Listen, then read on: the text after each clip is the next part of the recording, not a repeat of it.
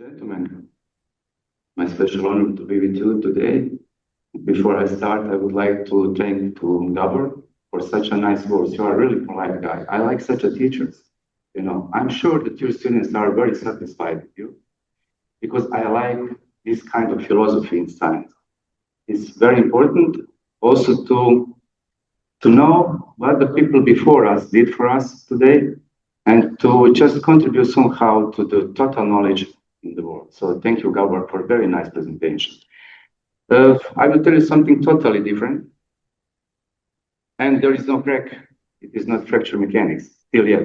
It could be maybe for the next conference in China for 2 years, I hope. So I will show you just preliminary results of my PhD student, who is Damir, Tomerlin, Mr. Chairman. You don't know that. The first guy here, his name is Damir Tomerlin. He is one of my 4 PhD students at the moment.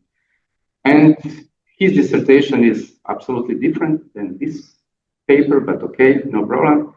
And the third author is Professor Gubeljak. He is also with us here from Maribor. And more or less, all the experimental investigations were conducted at the Faculty of Mechanical Engineering in Maribor in Slovenia. So what is the topic of the presentation? As you can see here in the title is repair weldments. I'm not sure how many of you have the possibility or you are wondering in the repair weldments, but this guy, Damir, he is dealing in one company for the production of wagons in Zagreb, where that is the name. And they have, unfortunately, I have to say, sometimes the need to make repair weldments because of some defects there, more or less. And you know very well that repair welding is crucial. In that case, if you have some defects or some structural damage, you should do that. But unfortunately, we don't know what you really do. Because of reheating and the change in microstructure and what is going on with the mechanical properties, we were not sure. And this is the reason why we tried to make some contribution, as I already said, and make some experiments. And we are also surprised with some results I will show you very soon. Also, we did it for the weathering steel. It is S355J0W. W means weathering. This is for the corrosion, because it is intention corrosion steel, because there is a layer, as you know, which is practically protecting the structure from the corrosion, from the rusting intentionally. And also for this steel, there are some mechanical properties according to the norm and according to the normal thickness of the specimen. So here it is very important to see some values for this steel. For example, for the yield strength is 345 megapascals, but just for some thickness between 16 and 40 millimeters. You will see later that this is important because the thickness, if it is growing up, if it is increasing, the yield strength is decreasing. And also very similar for the tensile strength, but also it's a bit strange that it's a very big span between 3 and 100 millimeters for the normal thickness of the material. There is a required tensile strength of at least 470 megapascals. And also for ductility, it's about 22%. Okay. In wagon production, we have some T-joints, and we tried also to change one geometry property because there is a rib or thinner plate, which is welded to the thicker plate in horizontal position, and the thicknesses are different. Of this vertical plate was 8 millimeters, of this horizontal plate was varied. Once it was 20 millimeters, and in the second weldment it was 30 millimeters. Why? We should also check what about the mechanical properties and heat distribution also, if you have thinner or thicker thicknesses. It's not the same. So it is obviously double-sided weldments, and the The width of the weld, the height of the weld was 5 millimeters, perpendicularly to the base material. And at the macro section, you can see here more. This was the first weldment, and after that, we cutted it and practically welded again. And you can see here also some zones from the first welding and after for the repair welding. But I will tell you something later about it. Okay, we have some thermal cycles. We are aware that we have them there, multiple of them, because first cycle was welding, initial welding of T-joint, A5 fillet welded both sides. After that, we thermally cutted it with oxyacetylene. You will see later, or flame cutting, the vertical plate. After that, we grooved the plate T1, the thinner one, for carbon arc gouging. And at the end, we practically welded it for the second time as repair weldments of the T-joint, and we tried to investigate the effects of these repeated thermal exposures on the material's mechanical properties. How it looks in the practice. This is the first thermal cycle. It means the initial welding of T-joint. And I told you also that we varied this thickness of that horizontal plate. It was 20 millimeters and 30. And vertical plate was 8 millimeters, and it was constant all the time. After that, in the second thermal cycles, we cut it practically by oxyacetylene flame, the vertical plate, approximately 10 millimeters offset from the base material of the horizontal plate. So at the end, we had practically separated these plates. So after that, we tried to groove, to make gouging by a carbon arc of the plate T1 to a distance of 1 to 2 millimeters from the base material. And after gouging, the excess metal from the plate T1 and the complete surface of base plate T2 is brushed using the rotational grinding brush. So some figures, some photos you can see here. This is, for example, grooving for the third thermal cycle, and also some details here. And at the end, also brush the surface with the rotational grinding brushes of the horizontal plate. So for the second welding, for the repair weldment, we practically use the same parameters as for the initial welding. And I maybe forgot to say that the welded material has so-called overmatch. It means that the yield strength of the weld material was a bit higher than the base material. This is classical welding codex. So you can see here, about 420 megapascals is for the weld material, and as I said already, 345 megapascals was for the base material. So how it looks at the end, after the second welding, you can see here, it is the horizontal plate, we vary the thickness, and also the vertical plate in T-joint. So this was the welding procedure and cutting procedure. After that, we cutted some specimens to be able to make some experiments, 3 of them. I told you it's just preliminary. First one was so-called, according to the ASTM, E8 tensile testing specimens with flat sheet. They were employed to evaluate the multiple times reheated material region beneath the T-joint. It means somewhere behind of the vertical plate, somewhere in the horizontal plate. You will see later the details. We also did mini tensile specimens. They are very important. I think if you would like to later on, for example, for the finite element analysis, if you would like to make it properly with very small zones of the welded joint, especially in the heat affected zone, you should know the mechanical properties, how they are. And also we did hardness testing for pickers performed as a supplementary method to analyze the effects of thermal exposure on the repair weld. All the specimens are presented here on the pictures with some captions, with some titles. For T-joint 20 and for T-joint 30, where the horizontal plate was thicker. Okay, how it looks according to the specimens.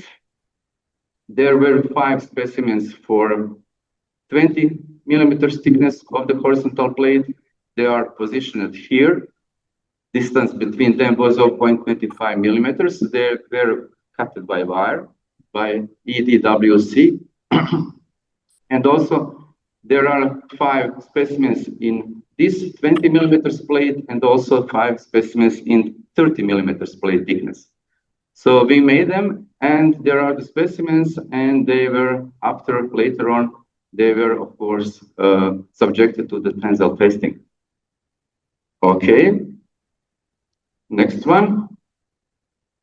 How it looks in the tensile testing machine. It was servo-hydraulic MTS testing machine with the mounted extensometer, and tests were performed at the room temperature with stroke velocity of 1 millimeter per minute. How it looks here, you can see on these pictures for these flat sheet specimens.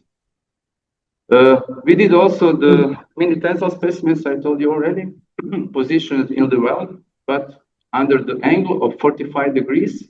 It looks something like this. Also by wire, we cut them. First of all, we practically cut one plate, and after that, from this, we cut out also all the specimens. They are very small. We will see later on. The length of the specimens was just 24 millimeters. It was really very, very short specimen. But in order to find really mechanical properties of all the specimens, I think it could be good to do that. Okay, this is the geometry of MTA specimen. I told you the length was only 24 millimeters and the height was only 5. And the thickness was also 0.5 millimeters to practically take into account all the zones in the weldments. So we practically did all the experiments for the horizontal plate and also for the weldments. Okay, how it looks maybe in reality.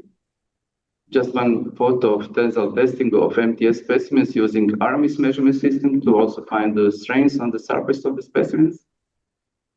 And finally, I told you we also made the hardness testing, H1, HV1, it means Vickers.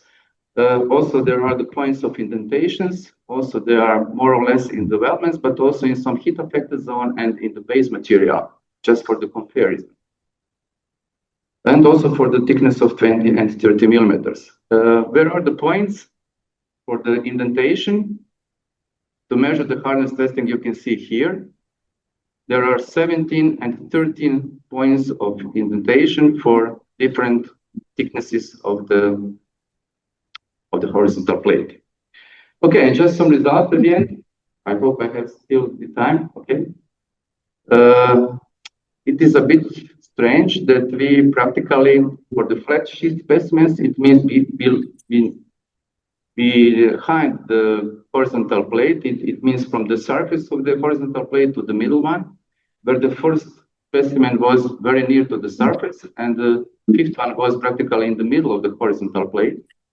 We found that some of the zones, some of the specimens, unfortunately, they have not met the minimum of the yield strength according to the norm, and also they have not met the minimum for the ultimate strength, also according to the norm.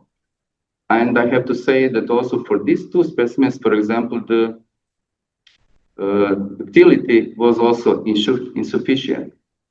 So we practically found already some problems after the repair weldment. Regarding it was for the 20 thickness horizontal plate millimeters. For the thickness of 30 millimeters, everything was more or less correct. So we should take into account for sure the thickness of the horizontal plate at the T-joint. How it looks as the sigma epsilon diagrams, you can see here on the this is near surface, it's relatively tough, and also in the middle of the horizontal plate, there is a curve in sigma epsilon diagram. You can see that the values for the T-joint 30 was higher. This is, for example, 500 megapascals. This is 600. So the results practically for the thicker plate was better. But there is one very big but. If you are looking for the MTS specimen, the situation is totally practically vice versa. It's totally different. So you should go, okay. This is the reason why I told you that you should be very careful. Because, for example, here for T-joint 30, we have many results in MTS specimens which are practically below the minimum of the 400 to 20 megapascals for the yield strength. So it was also interesting for us because, for example, for 20 millimeters, everything more or less were okay for the results. So it's practically vice versa, opposite to the results for the flat sheet specimens, E8. Okay, just as the diagrams, the same story. We have some scattering also of the results, and we were also surprised, I have to say, and just the last slide, regarding the hardness measurements in capped weld, in reheated zone, in root weld, bold weld, which is more deeper, and base metal. We have some scattering of the results for the hardness also, but if you are looking from 180 to 215, it is about 35 Vickers, so it means maybe it's not so high scattering, but it looks maybe that it is. But it's also totally different. You can see here, for example, for T-joint 20, there is some increasing. For T-joint 30, there is some decreasing. And also very, very interesting, it is obvious that practically the thickness of the horizontal plate has a very, very huge influence. We should take it into account. Okay, maybe just some conclusions. I told you already that specimens revealed a significant strength decrease. It is not according to the norm required by this norm. And also this is for E8 flat sheet specimens, also for mini tensile specimens. We have the problem also for low yield strength, but now for the 30 millimeters thickness, it is opposite to this. All hardness values, fortunately, met practically the values they are required, so this is okay. So it can be concluded maybe shortly that repair weld must satisfy the required mechanical properties. But we definitely need much more, for example, finite element calculations now to look at the metallurgy, at metallography of the cross-section specimens, and also we will try to make some cracks to also take into account some fracture mechanics to see what is going on much more. Okay, thank you very much for your attention. This is the building of my faculty where I belong, and because of our Chinese friends, I hope there is also thank you in Chinese letters. So thank you very much.